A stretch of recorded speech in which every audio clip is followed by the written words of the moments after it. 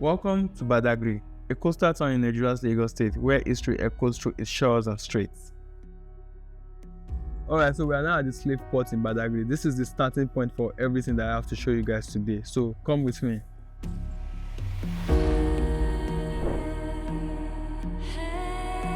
Once a key port in the transatlantic slave trade, Badagry carries a profound and painful legacy.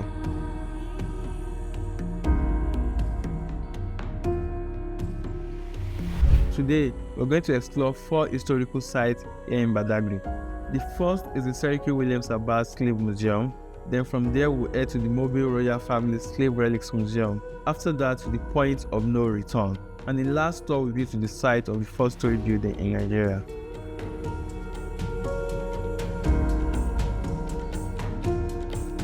For this video, we'll be guided by local docents and we'll be honoring the memory of the enslaved and reflect on Badagry's potential as a global heritage destination.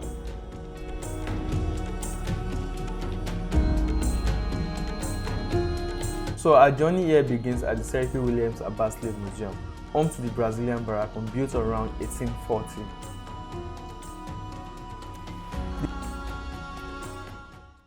Alright, so we're now at the barracoon. Based on what I've heard so far, this place used to be a slave cell, right, for slaves. So we're going to meet someone here to tell us everything that went down here back then. So come with me. Good morning, Mr. Dam. It's really nice to meet you. I beg, I would like to get a full story, right? Full story, so, yeah. Please come. Full scope of everything that went down. Please come. So guys, come with me. Our guide, Dami, a man with true understanding of what went down at this barracoon, will be sharing the complex story of a man who was enslaved, freed, and Hades later became a slave merchant. His grave, a haunting reminder of this history. The compound we are is called the Brazilian barracoon. This is the spelling. Barracoon is a Spanish word for slave cell. With the Brazilian added, that is Brazilian cell. So the slave masters were Brazilians? Yeah, the people that kept their slaves in this compound were Brazilians. So most of the slaves taken down from this compound were taken to Brazil. And this is the man that owned the compound. We have a cenotaph here. His birth name was Ifarem 11.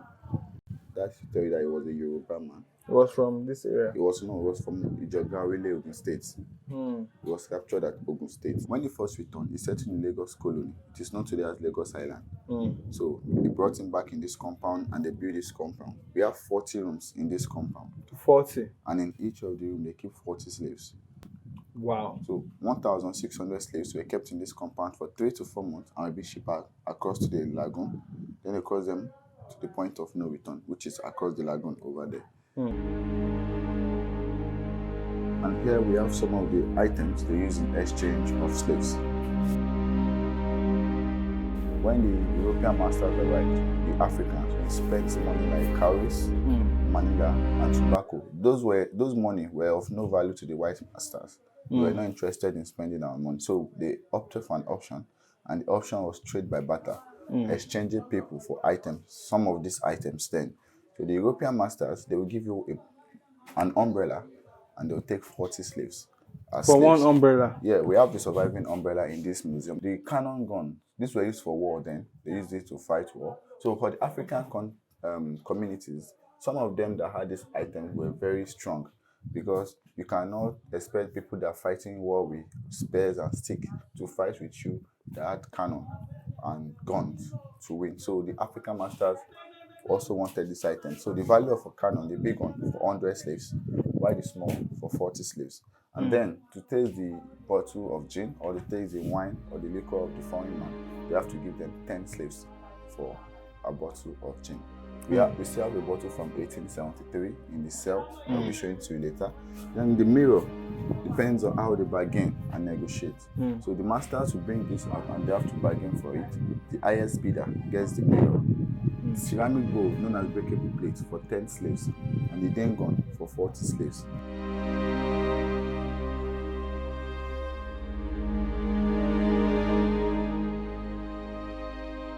This Somba site held enslaved Africans in 40 cramped cells awaiting transport across the Atlantic.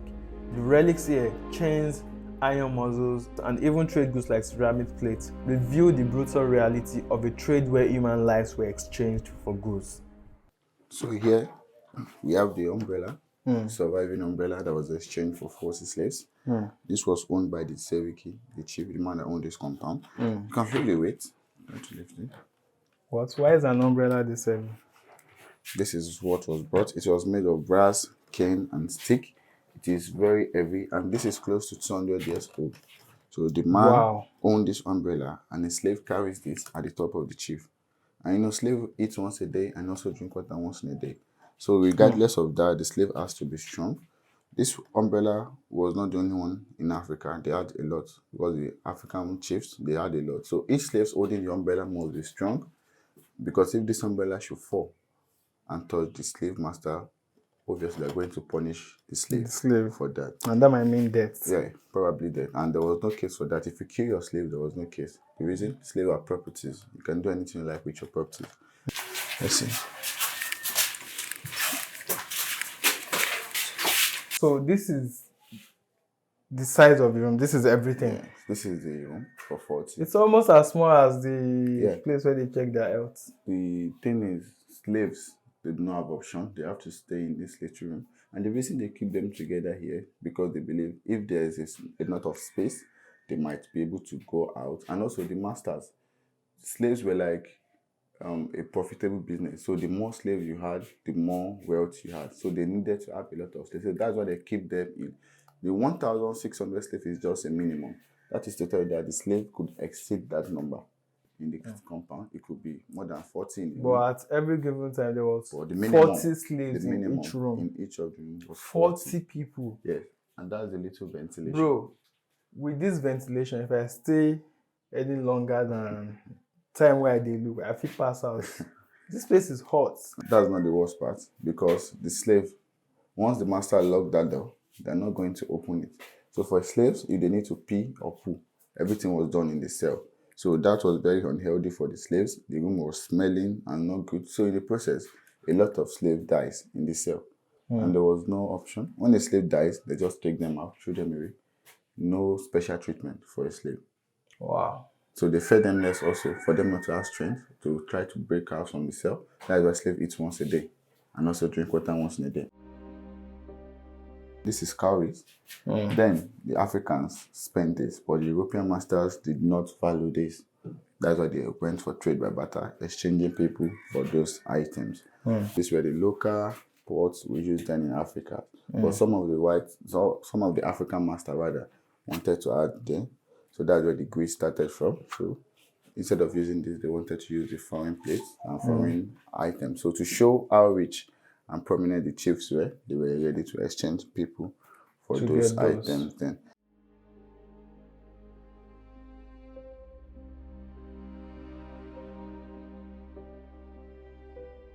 One of the interesting things that I've learned so far on this trip is it would have been impossible for anyone to enslave this much people without Africans in Africa getting involved, right? Being part of the whole process. This is a letter from Seriki Abbas's family apologizing for their ancestors' involvement in the slave trade. I mean, I can't accept the apology for anyone, but this is the family saying they're sorry. I mean, it's really sad, right? To see that it would have been impossible for this whole thing to happen, and it happened anyways. And it was some of our people that also made it easy for the slave masters.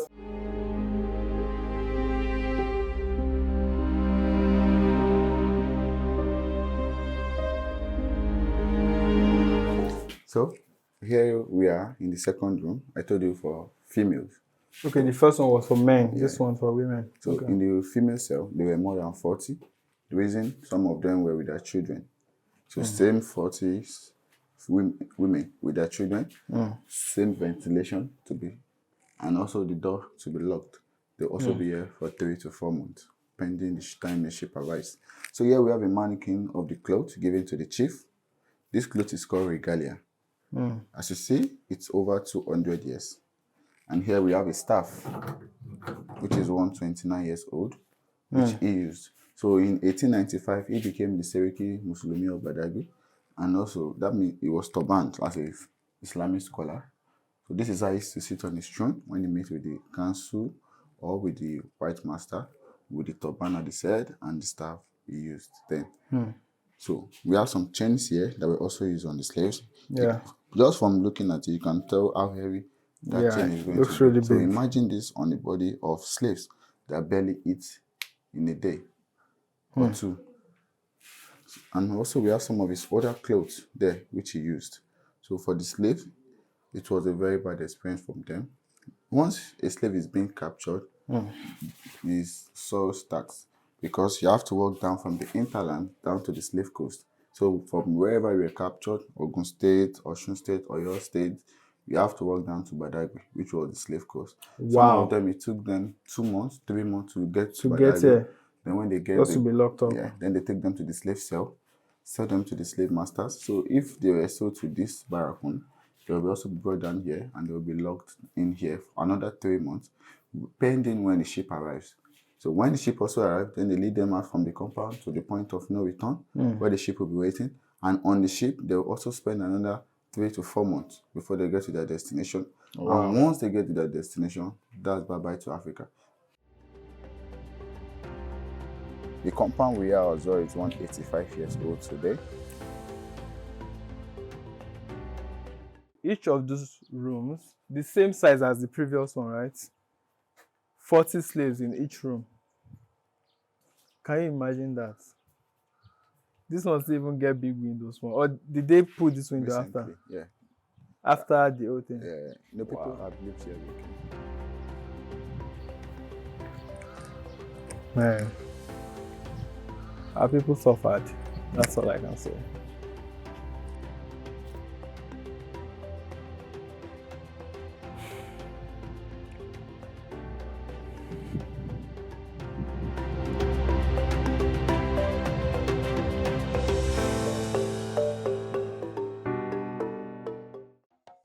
So the Seriki Abbas barracoon is on Marina Road, and a short walk along that road takes us to the Mobee Royal Family Slave Relics Museum, a very small but powerful site preserving artifacts of the slave trade's cruelty.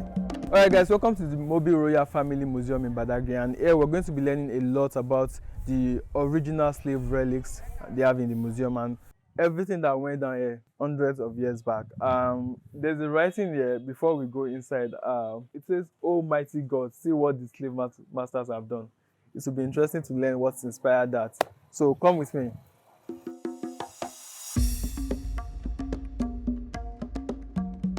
So I'm heading to the museum now. We'll see what they have to show us. This place is filled with history. Badagry is so rich, historically speaking. Good morning, sir. Good morning. It's nice to meet you. Yeah. We're here for the tour of the museum. Yeah, you're welcome to the Mobee Family Slave Relics. Thank you very much. So, my name is Simon Stone Enyona, or you call me Kofi. Kofi, okay, I think I like that. You love that Kofi? African. Yeah. Yeah. I'll stick with that. Yeah, there's nothing wrong with our name. So, what's the name? Dotun. Dotun. Yeah. You're a Yoruba man. Yeah. I got to know that through your name. You see, one thing about we Africans, our name tells story, historical directory. So, but let me use the word we dislike giving our children our name.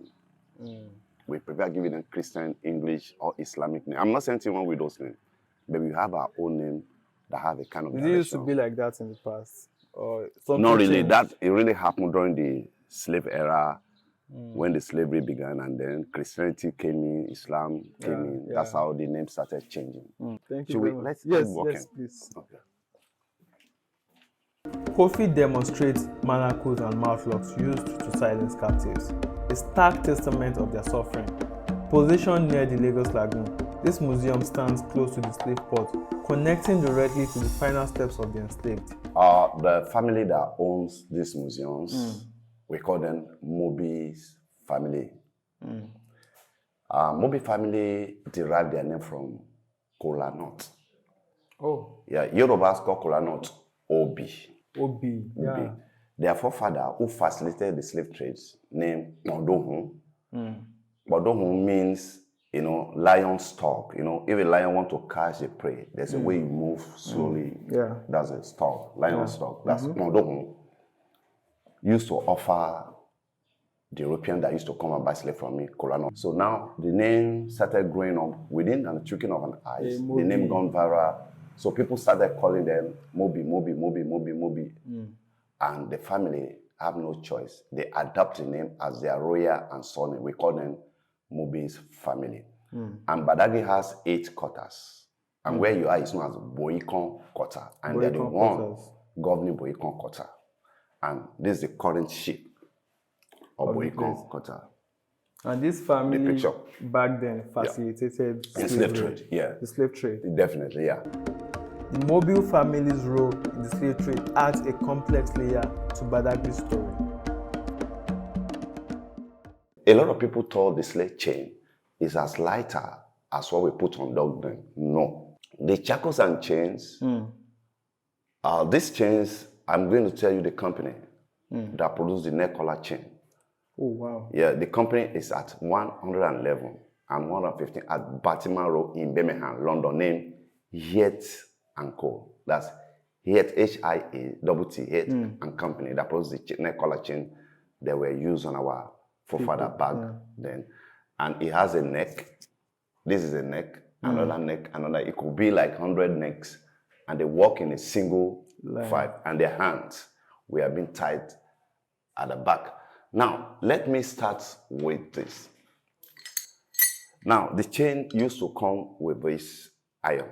We call it branding iron. For identification, you have to brand your slave with red hot iron. Then secondly, they also use it on the fugitives. Who are the fugitives? They are the runaway slave. Today you run, tomorrow the master will say that you bring the slave, they now put the leg. Our leg has a thumb. In between the big thumb, they put it here.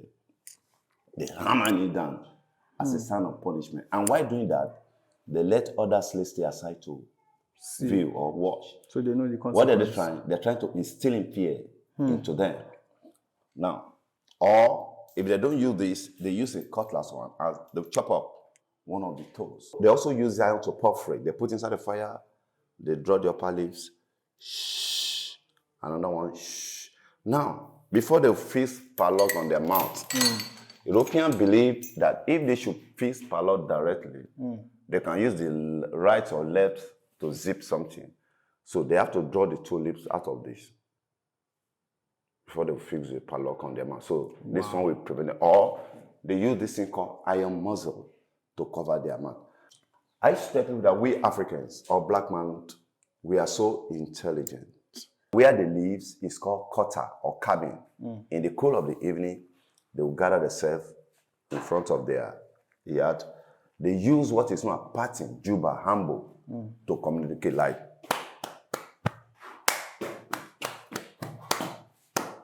That's how they communicate. That's how they communicate with signs. Or the women will plait their hair. We call it corn roll on their hair to communicate to each other. That shows that those enslaved Africans, they were so really intelligent. This is the slave drinking bowl. This pot was being filled once in a day because water is once in a day. Because they always tie their hand at the back, they drink water this way like an animal. So now, sorry, just a question. Okay. Every slave in the area, right, or every slave with a master with this bowl drinks from the same. Definitely, and they just dip their mouth inside. Because they always tie their hand at the back. So everyone's mouth go inside. Definitely, yeah. Wow. So now imagine why the water gets so low, why struggling, the edge so sharp, cut, wound, blood, mucus mixed with the water. The next slave to drink have to drink the water with blood and mucus. Now, let's go to this side. Now, this small cannon gun, because when they came to Africa, we'll be spending money before the arrival of the European. Let me quickly mention the 4th type of money we spent in those days. In those days, we spent tobacco, manila, cowrie shell, and yellow salt. The Europeans said they can't do business with them with that. They should do trade by barter. If the European give you this small cannon gun, go for 40 human beings.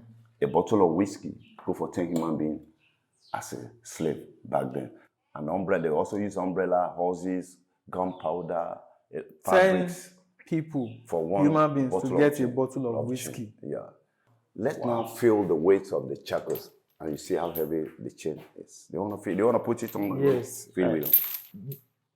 Bro, You can see this thing is very heavy. Yeah. So we call it neck collar chain, and because of the heaviness, it used to deform. This is just for one person. Yes, it used to deform the slaves because of the heaviness.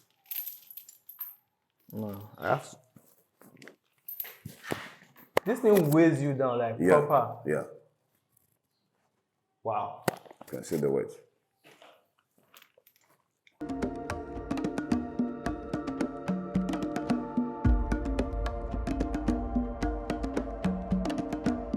This thing is choked.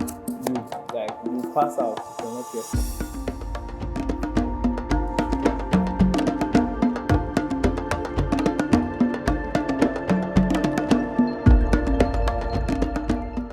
Now, this is a castrated slave.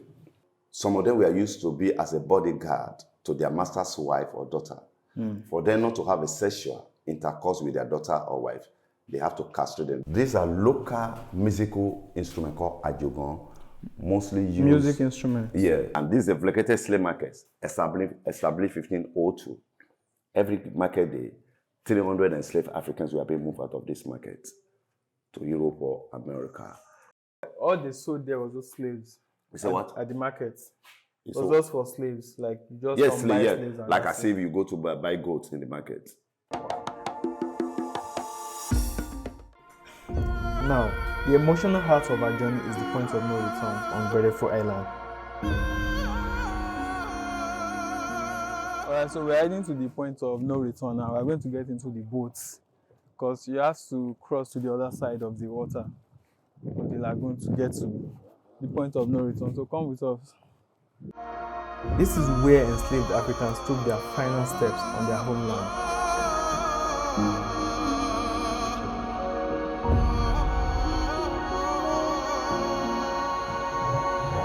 Water.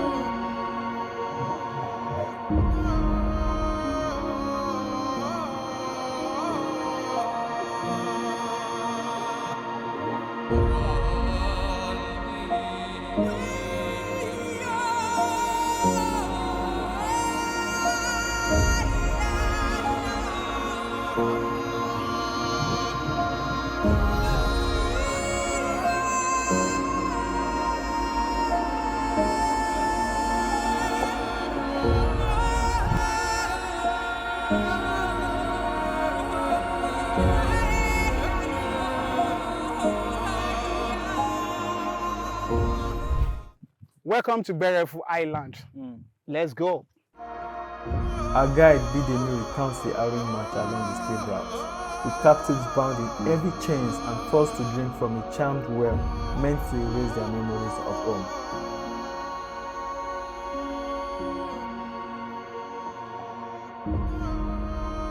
So this is the start of the point of no return. Starting from here. From that slave barracoon, we have to paddle the slavery down to this island. Okay. When the slave arrive from this island, we have to walk on the single file to the Atlantic Ocean. The Atlantic Ocean. Look at the signboard over there. We call it Badagry Slave Routes, Journey to Unknown Destination. This sign, point of no return, marks where hope faded, facing the vast Atlantic. You know, during the olden days, slavery don't know their destination. But we now, we know our The destination. slaves did not know. No, only the slave master. only the slave master know the destination.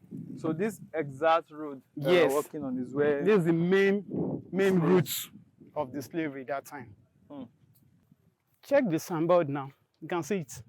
Badagry Slave Routes, Journey to Unknown Destination. So this is your original, The original slave route. We have another one in Calabar too. You know, Calabar links to Lagoon water and the Atlantic Ocean. All the countries that link to Atlantic Ocean, you know, Portuguese partner with all those countries from Sierra Leone down to Senegal and the Cameroon. Ghana, Cape Coast. Badagry, that's Nigeria. Atlantic slave trade. Along the road, we have a well at the middle of the road used to give our slavery that time. It's only the slave master that preserve it, not the white people. It's our black slave masters. Preserve the water. Let's go and see the well. All right.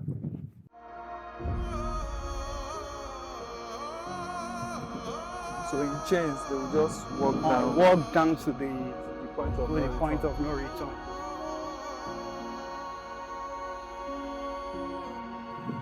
When did people start settling there? When did people start settling In this is after the abolition. Badagry is so rich historically. Yeah.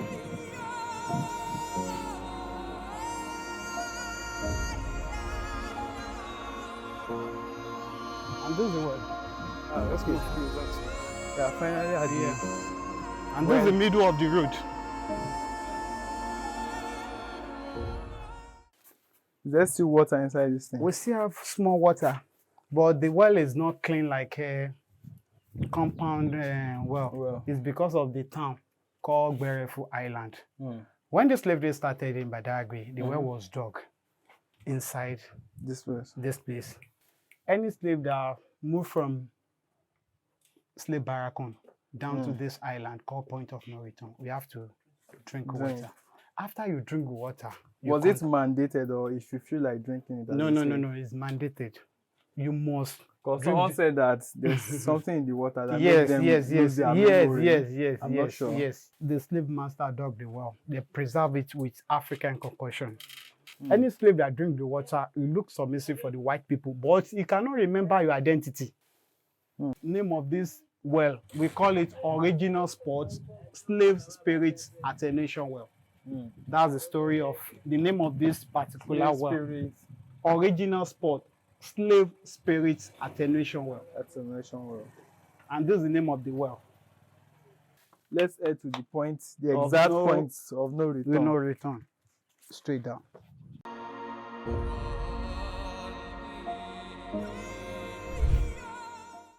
And now at the point of no return. Route to unknown destination. Route to unknown destination. Unknown to this Unknown, destination. Look at the signboard over there.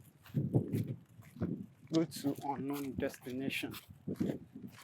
Look at the environment of the point of no return, close to Atlantic Ocean.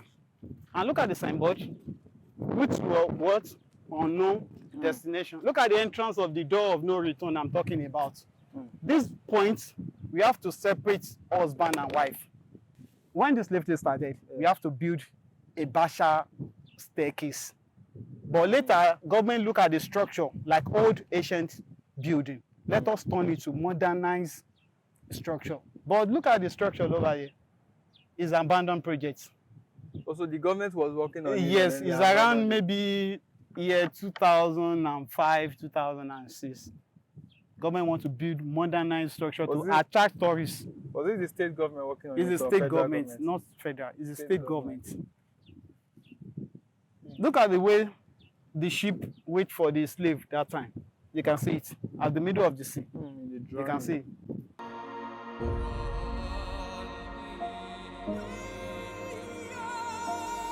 Okay. Wow. If this water comes in contact with your skin, can you do anything? The water? No. It's good enough to touch your skin. Yes. Just closer.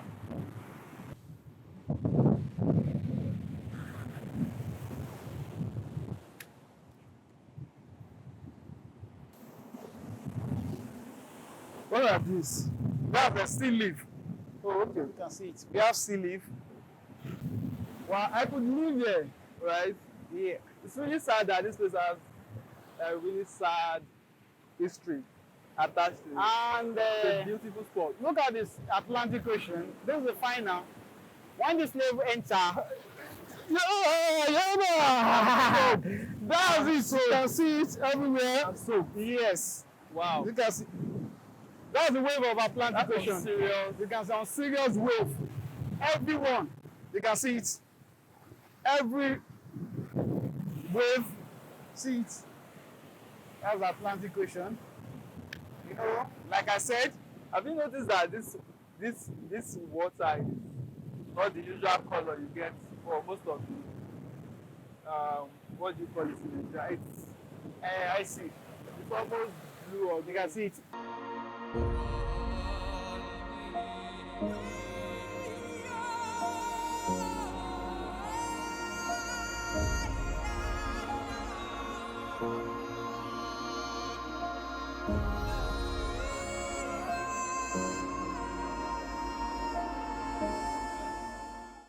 Imagine the kind of beautiful life that people in this area would have had.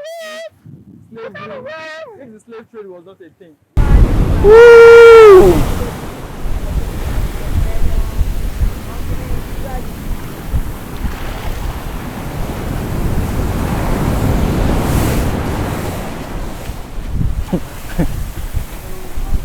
This one pursued me.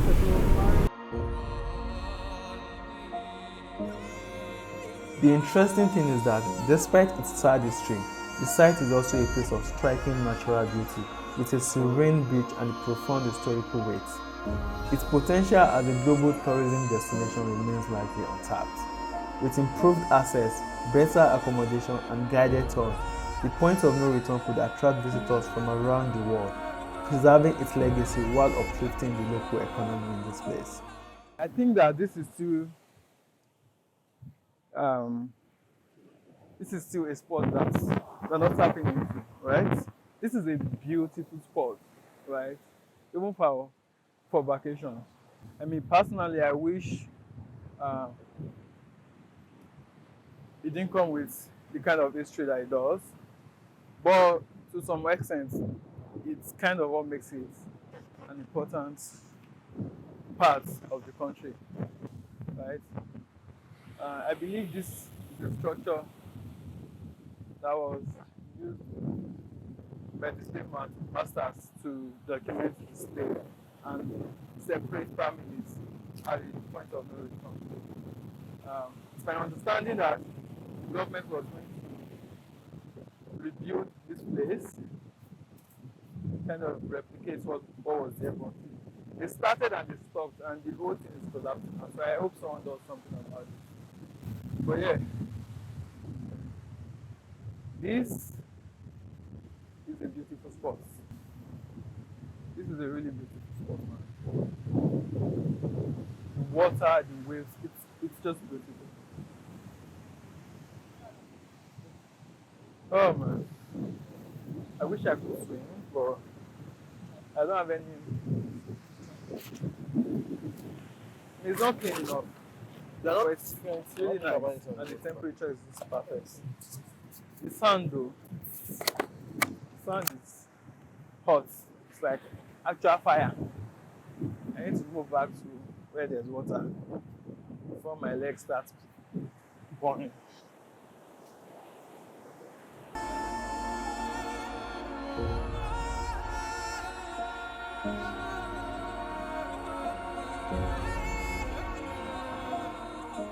We are back from the point of no return, and guess what? We are returning home. See, as a slave, if they carry you go that place, to return self go hard. Even if they free you, say maybe they go. That place is far, on foot. Like it's probably going to take you another day to get back to this part. But thankfully, our captain is here, so we are heading back.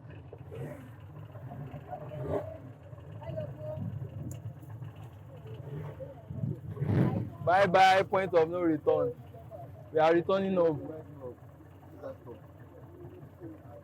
Oh, what an adventure.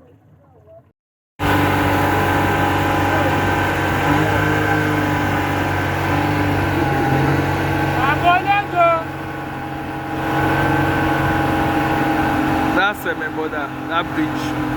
That's the bridge to Semeboda.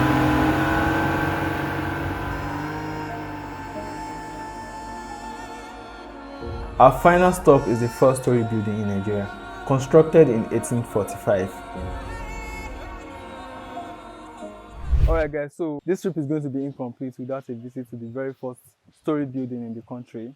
So we're going to go inside and explore what it has to offer.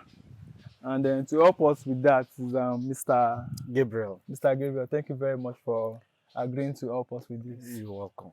So tell us about this place now. The four-story building in Nigeria, it was completed in the year 1845. 1845. Yeah. Which means the building is standing now for around 180 years. Wow. The building, after it was completed, was also the most expensive structure of this hemisphere then ever built. The constructions were financed by the Church of England Anglican Communion. And the society who was placed in charge was known as CMS, which is still CMS till today. The CMS that we know.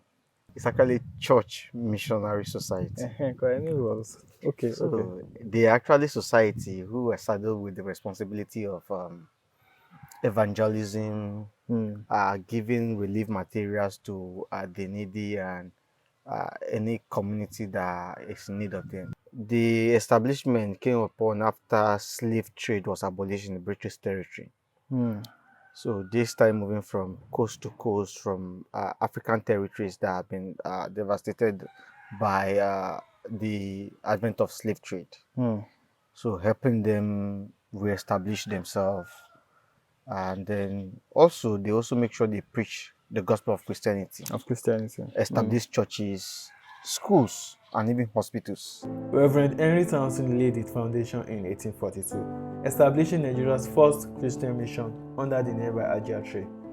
This is one of the rooms here. Was this a sitting room or this a bedroom? A bedroom. A bedroom. Yeah, this is part of the material which were used for the construction of the building.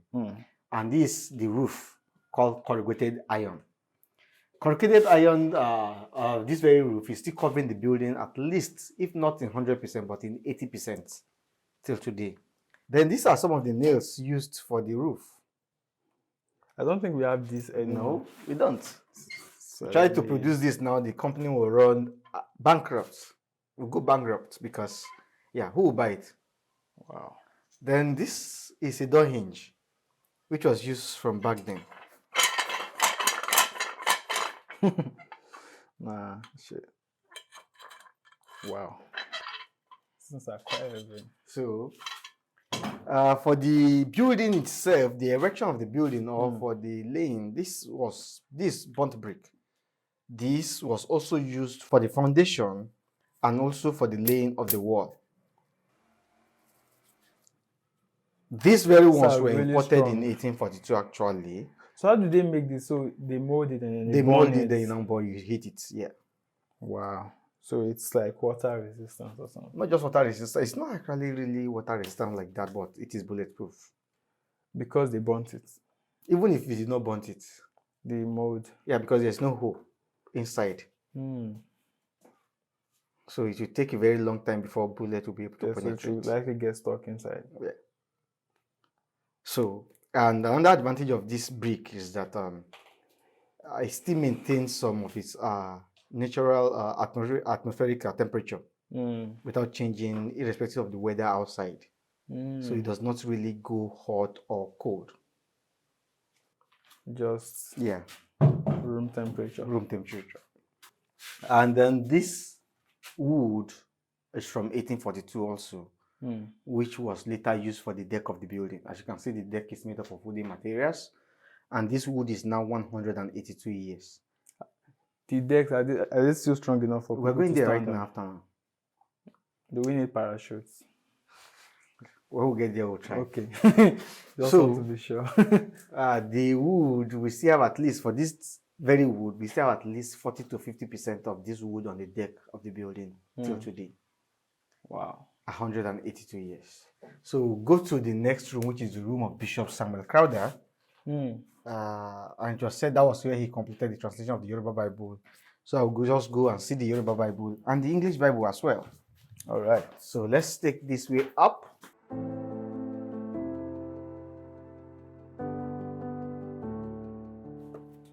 And this staircase is the same wood from back then? No, Or this, they changed some of this has changed. Some of it. Okay. Yeah, has changed since 1990, 1986 or so. Let me test. So this is the room of Bishop Crowder. Yes, this floor has changed. Okay, the floor has changed. Yeah, this floor has changed, but the wall has not changed. The wall are still wood from 1842. And this is the man in question here, That's Bishop Samuel Ajayi Crowder. Crowder, who became the first bishop of Africa. And these are the Bibles here. The Yoruba Bible, 179 years. The English Bible, 182 years. This is the very first Yoruba Bible. Yes, sir. This is the first Yoruba Bible translated by Bishop Samuel Ajayi Crowder. The first English Bible brought into the country and the first Yoruba Bible translated using the first English Bible. The very first copy, right here. It's interesting to see. So, this is the next room here, which is the last living room. I told you earlier, we have two living rooms. So one downstairs, and this is one upstairs here. This one actually has the original wood from 1842. For the floor. Yes. Wow. It's even stronger than the one that they changed. Exactly. So, and these three images are the image of, this is the image of the Reverend Thomas Birch Freeman from the Wesleyan Methodist Mission, the man who preached the gospel of Christianity first, before the arrival of the Anglican man, Henry Townsend. And we have this chair here, which is the last surviving furniture of this house. And this chair is just 146 years. It's actually that young. This is the year they made it. It's actually that young. 146 years. It's not that old. So that's my dad. Yeah. It's younger than you. Now, this is the picture of the cemetery where those young people were buried. Because, of course, over 300 of them were buried there, which became the first cemetery in Nigeria, and today known as the Early Missionary Cemetery. So, lastly, we have this safe box here, which... Oh, wow, they had the safe. Yeah, that is it. We can call it the first bank in Nigeria.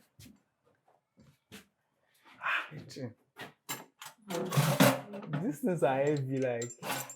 And let me just show you some of the currency we have here that were used in Nigeria before today. This is cowrie, and cowrie shell was the first currency used in Nigeria, which the usage started from the 13th century. Can I touch this? Yes, and was still used up till 19th century, up to early 19th century.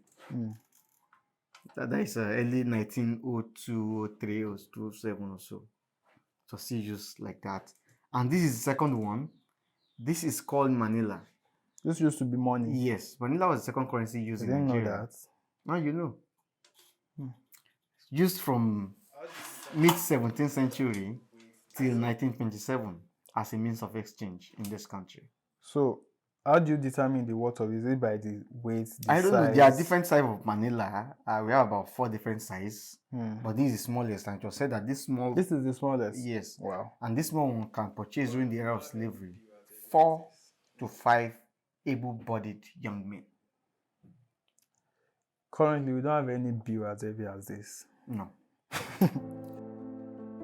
Still standing after 178 years, this building symbolizes the dawn of colonial influence and Western education in Nigeria. Visitors come here to reflect and pray, drawn by its historical and spiritual significance. This well is one of the oldest wells in this community, as it was dug 182 years ago. As you can see the name now, it is the first CMS well dug in Nigeria, dug in 1842. 1842. Yes. Now nicknamed called Miracle Well. Miracle Well? Yes. Why? Why There are Miracle two I tell people there are two reasons to that, two ways to that. The first is that this well here is the only drinkable water in this community now. In Badagry. Not Badagry, in this community, this small community here, extending just to about how many meters away from here now? Because every other water here is being contaminated by the river and the ocean. The lagoon contaminated, making it high in iron. That is to be brownish in nature, of course. Why the ocean caused the water to be salty in nature? Salty. Yes. And so that affected every other water here, making them unfit for drinking, for consumption, except this here. Except the miracle well. That is the first reason, but isn't that miracle? It has to be. It has to be. Because it's even more closer to the lagoon and the ocean than the rest here. This is the lagoon here, and look at every other water here, and this one here. Is this clean? No iron. Let me see. And it's So really let's chilled, taste. like it's not hot. It's just Taste. No, I'm good. No, I taste. trust the well, but I don't trust the bucket. Taste. Serious. No, I'm good. You can trust both.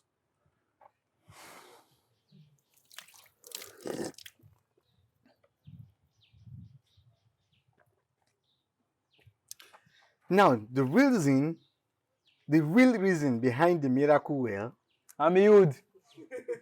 I'm healed. but the real reason is what you're just trying to portray right now behind the miracle well is because over time people come here for tour and they have a taste of the water with faith. I know in Africa we are men of faith, spirituality, and some fetch it home for spiritual cleansing or spiritual healing, and most come back to share their testimony. As a result of the many testimony erupting from the usage of the water, that was why tourists decided it should be renamed Miracle Well. It was the tourists that decided that. Yes, Okay. not us. Okay. So until today, still called Miracle Well. People still come from far and wide to get this water for healings. Badagry's history weaves a tapestry of pain, resilience, and transformation. From the barracoons to the point of no return to the mission house, this site here tells stories of survival and change. By walking this path and hearing the docent accounts, we keep the memory of the enslaved alive. Badagry's potential as a tourism destination is vast, offering opportunities to educate and empower the community.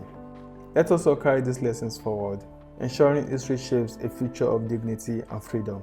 Thank you for watching this video, and please remember to subscribe to my channel and share this video with your friends. See you in the next video.